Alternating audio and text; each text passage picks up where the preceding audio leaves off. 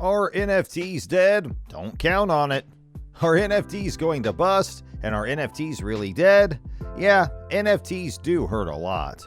The current state of NFTs does not appear to be very promising. Why increasing inflation is hurting everything in the market? Hey folks, welcome back to The NFT Guy. We are back with another interesting video. Today, we're going to talk about NFTs and whether they are dead or not, or whether we should count on it or not. So without any further ado, let's get into the video right away.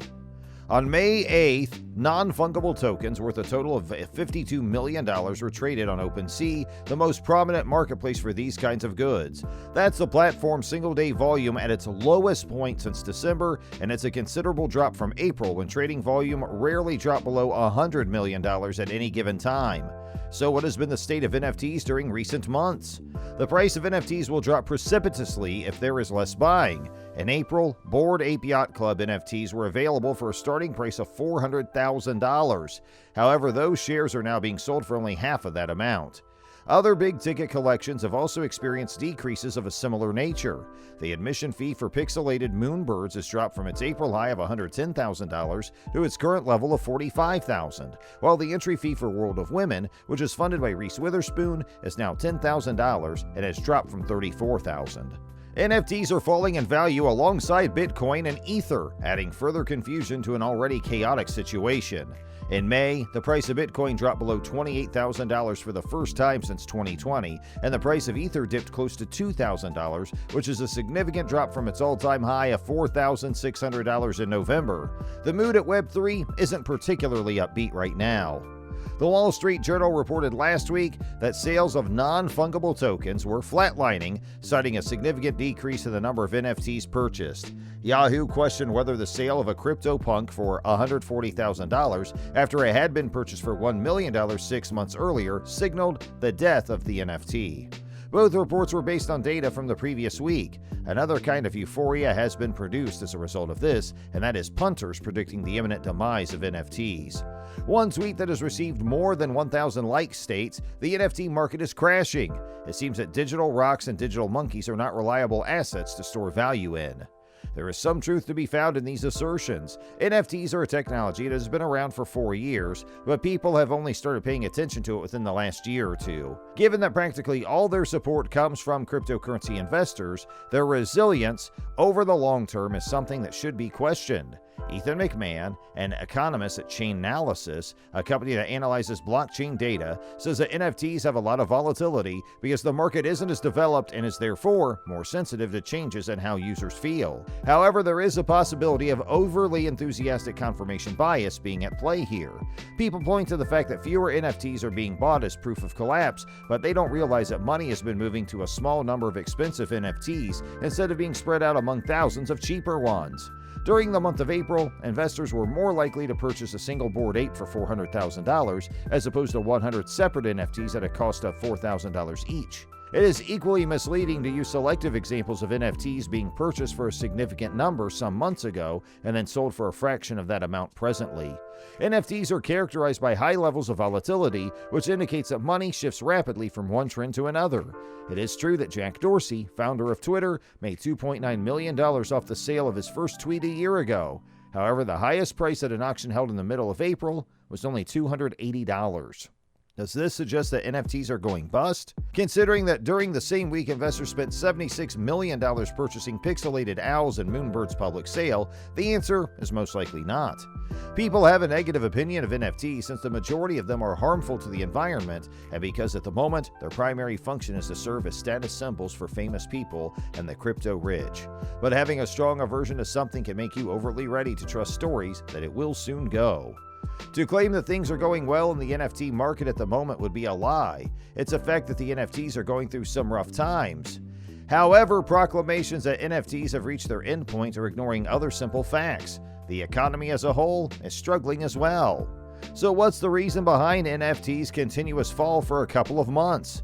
The market's current precarious position may be traced back to two separate pieces of news.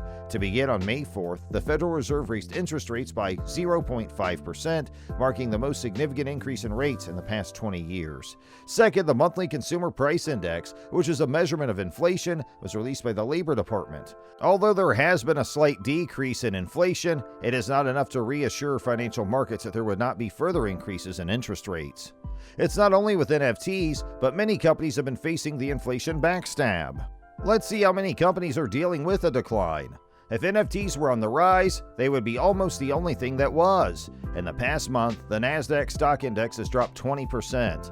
Apple and Amazon have had their stock price drop by 12.5% and 30% respectively in comparison to the same day 1 month before. It's not just tech companies though. Most businesses that deal directly with customers are experiencing this problem. In the last 30 days, Disney stock has dropped 19.5%, and the WWE reported record quarterly profits but is still losing money month to month. Both Nike and Adidas have had declines of 13.5% and 10% respectively, while Gucci owner Keurig has experienced a decline of 13%. The 50% price drop of the Bored Ape Yacht Club puts it in the same league as Netflix. Over the past 30 days, the streaming giant share price has dropped by half. This is because the company is losing subscribers for the first time ever, which is bad news. Everything that rises must eventually fall. According to DAP Radar, the value of the NFT market increased to $25 billion in 2021 from approximately $94 million in 2020. This is a growth rate of approximately 2,500%. Almost no one would argue that speculation hasn't caused an NFT bubble, even though many people have different opinions on how big that bubble is. However, the same can be said for several businesses, the valuations of which shot up massively during the pandemic era. In July of 2017, Amazon stock reached $3,777, which is more than double its price before COVID.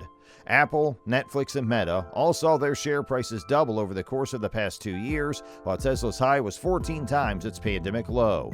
The numbers go up, the numbers go down. NFTs aren't dead yet. Other Side, an upcoming metaverse being made by the same people who made Bored Ape Yacht Club, is a good example of how NFTs are doing. Yuga Labs suspended the sale of NFT land deeds for Other Side on April 30th, and in the 10 days that have passed since then, slightly under $1 billion has been spent on the virtual land. It is difficult to conclude that NFTs have died out when the trading day with the most volume in history just took place. However, the debut brought to light a number of crypto's flaws that are driving to the market's current downward trend.